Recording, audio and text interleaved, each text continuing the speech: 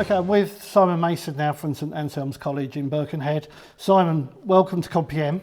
I mean, it's a beautiful place and obviously an incredible experience for the whole party to come here and see the history that's, incredible for the boys to experience such a wonderful museum as well. It is in such a historic place as well, isn't it? Yeah, and I think it also makes you feel very fortunate, and for the boys as well, even though they're quite young boys, I think they're really starting to see what people sacrifice for their freedoms. I think they sort of get a greater understanding because we started this morning by going up to the Bass Memorial on the Shemidi Dam and the Rugby Memorial.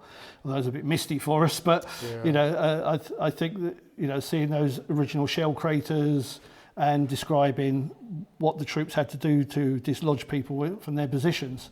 Yeah. As well. I mean, talking to the boys, they're experiencing history in school at the moment, but obviously this is practically, they're able to see what they're walking the footsteps, young aren't men did, and, Yeah. and just some of them just to be without their phones for 10, 15 minutes is an experience for them. So to see the hardship that people went through to make sure that we had our freedoms and, the sacrifices that many young men went through and the lives that were lost is really powerful for them to see. It is, and then the visit to the cavern to drag on, because most people think of the First World War, of course, there's trenches everywhere. But this is geographically a completely different area here in the N department.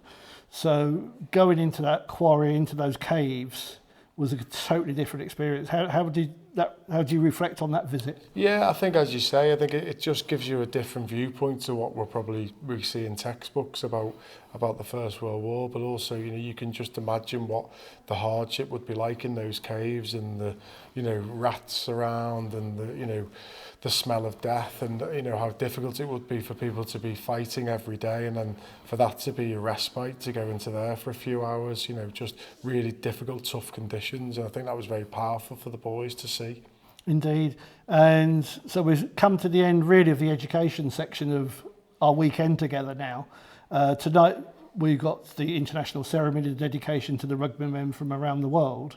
Again, a different experience for the boys to be part of. Yeah, but also again, that's one of the joys of rugby when you talk about sort of the world wars and the death and the effect they had on many rugby players who lost their lives. You think rugby brings people together, and that's the power of rugby. Already we've met a school from Germany, and the boys will be playing against opposition from different countries, and that really is another part of what makes the sport wonderful and great. Indeed, yeah, and it just makes looking forward to tomorrow sort of really special for them now, doesn't it? Because they're going to be getting up tomorrow morning, hopefully being enthusiastic about actually then strapping the boots on and actually getting down to the game, getting down to some action. 100%. I think as well, what you've done this evening with the ceremony, again, it brings home sort of what we're here for, and then also obviously the fact that there'll be teams from different countries, and that's what the experience is all about. Indeed, again, through your own professional career, Simon,